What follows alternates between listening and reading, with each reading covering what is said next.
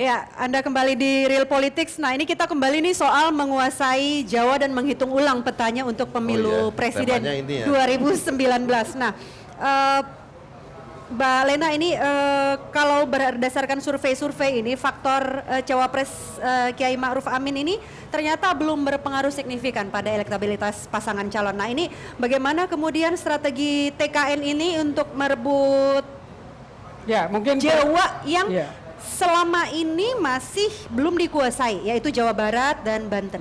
Ya, mungkin itu perlu dikoreksi sedikit ya, karena kalau kita melihat hasil survei yang terakhir tentang pasca 212 kan, justru elektabilitas kami naik 1%. Yang tadinya 50% gitu kan naik, dan di situ justru penentunya adalah faktornya Pak Kiai.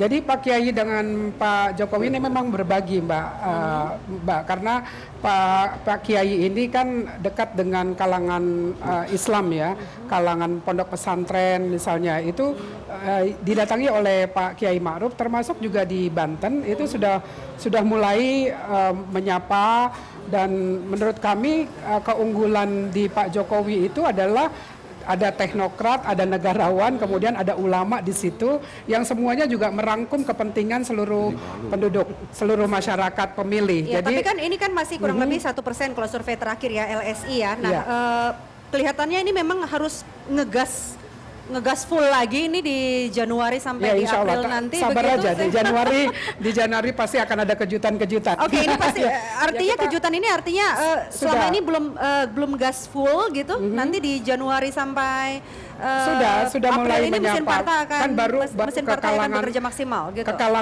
Ke kalangan pondok pesantren, dan Pak Kiai Ma'ruf ini kan dikenal sebagai ahli ekonomi syariah ya. Artinya di samping ulama, dia juga memahami persoalan-persoalan ekonomi yang itu juga pasti akan melengkapi apa yang sudah dilakukan oleh Pak Jokowi. Kalau digas juga dipaksain, kasihan kesehatannya juga nggak digas, nggak juga direm, pokoknya sesuai dengan apa yang dilakukan oleh Pak Kiai Ma'ruf itu terus dilakukan oleh beliau. Nah, ini juga Mas Ferry, kan kalau Prabowo Sandi ini berusaha menggerogoti suara Jokowi Ma'ruf di Jawa Tengah, tapi juga harus berhati-hati karena TKN ini juga berusaha sebaliknya untuk merebut Jawa Barat dan Banten begitu. Bagaimana kemudian strategi tim Anda untuk mempertahankan Jawa Barat dan Banten? Ya, kalau kita asal tetap rendah hati, tetap bekerja keras dengan dasar bahwa di Banten, DKI dan Banten, Jawa Barat yang meskipun perhitungan di atas kertas kami punya potensi kemenangan, tapi kita sekarang tetap harus mempertebal kemenangan itu. Nah, Jawa Tengah yang kami merasa perlu untuk dimaksimalkan, ya target kami realistis kita bisa mengimbangi suara pemilih Pak Jokowi, Pak Kiai Ma'ruf Amin di Provinsi Jawa Tengah. Dan kalau itu bisa kita lakukan secara konsisten dengan tingkat mobilitas yang luar biasa dari Pak Sandiaga Uno dan Pak Prabowo untuk kemudian bisa memaksimalkan suara khususnya di Jawa Tengah sambil tetap mempertahankan atau mempertebal kemenangan kita di provinsi lain yang kita kuat di situ. Insya Allah kita akan bisa 1-2 bulan ini crossing melampaui dari perolehan elektabilitas Pak Petahana itu. Jadi ya pokoknya tetap rendah hati, kerja keras, dan mudah-mudahan dengan isu yang kami bawa tentang ekonomi, penyediaan lapangan pekerjaan, tentang penyediaan harga-harga yang terjangkau, ternyata itu mendapatkan resonansi yang cukup baik dan sangat luar biasa, terbukti dari sambutan mereka ketika kita melakukan kampanye, dan juga sekarang tren elektabilitasnya. Mudah-mudahan Mbak, tren ini bisa kita jaga. Ini pokoknya kita tunggu yang jelas pasti sampai hari hayati 17 April 2019. Mas Kris, sebagai closing statement dari Anda dari diskusi kita sepanjang 1 jam ini, siapa yang nanti akan menguasai Jawa? Saya tentu tidak bisa meramal sebagai juru ramal ya.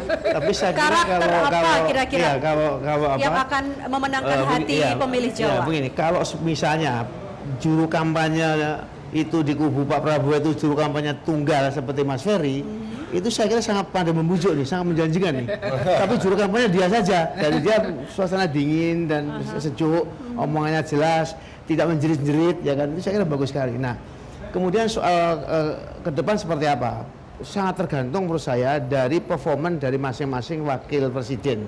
Karena terus terang aja, saya tentu kalau saya mengutip survei yang saya percaya ya dari Populi yang terakhir bulan November itu memang kontribusi dua-dua belum ada, memang belum signifikan.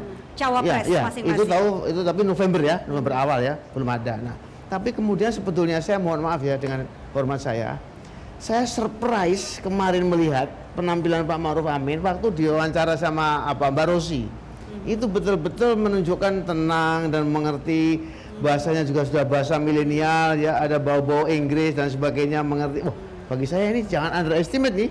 Dengan ini harusnya nonton juga nih Pak Ma'ruf diwawancara sama Berita Satu sebelumnya nih Mas Kris. Saya belum lihat saya. Waktu kemarin saya betul perhatikan karena orang banyak mengatakan ini kan sudah sepuh, tidak milenial, tapi kadang-kadang diantagoniskan milenial itu kan lawannya kolonial. Tapi kemarin enggak loh. Oh, sejuk, bagus dan lain sebagainya.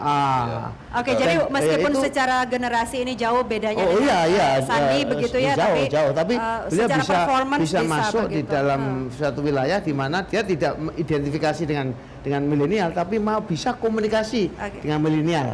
Nah, oleh karena itu menurut saya surprise. Iya, oleh karena itu menurut saya. Nah, wawancara Sandi juga Mas Kris belum nonton berarti di Berita Satu. Mas Sandi kalau Mas Sandi udah nggak perlu dikejutkan lagi yang maksudnya sudah nggak terkejut ya, sudah memang bisa berbuat yang lucu-lucu dan mungkin menarik ya kan. Misalnya pasang tangan begini itu, ini mungkin bagi anak milenial cocok juga kan, yang tidak terlalu konvensional kan. Nah, jadi oleh karena itu menurut saya yang paling penting adalah ini ada tahun baru dan harus dimaknai, terutama para politisi yang mengemban tugas amat penting ini. Tadi bagaimana bisa memahami suara rakyat itu bukan angka, tetapi suatu harapan, suatu kecemasan, tapi juga suatu kegembiraan yang ingin disampaikan kepada para petinggi negara yang ini akan memutuskan masa depan bangsa dan negara ini ke depan. Terima kasih. Oke, ya. Tahun baru, presiden baru. Nah, berarti secara singkat Anda ingin menyebutkan juga bahwa peran cawapres ini akan memegang kunci juga ya bagi kemenangan khususnya di Jawa begitu ya. Karena tren survei ini sebetulnya pendapatan daripada Pak Prabowo dan Pak Jokowi ini tidak betul-betul lonjakannya tidak begitu menonjol ya. Oke. Menonjol. Ya. Kita di tahun baru ini hingga nanti pertengahan April pencoblosan, kita akan tunggu kejutan-kejutan apalagi yang akan diberikan oleh masing-masing cawapres khususnya. Kalau cawapres ini memang sudah kenal karena head to head di 2014 ya. Iya. Mas Kris, Mbak Lena dan Mas Ferry terima kasih telah berdiskusi bersama kami di Real Politics. Terus berjuang ya sampai sama-sama. Ya pemirsa, sampai di sini Real Politics kali ini. Terima kasih Anda telah bersama kami dan sampai jumpa di episode berikutnya.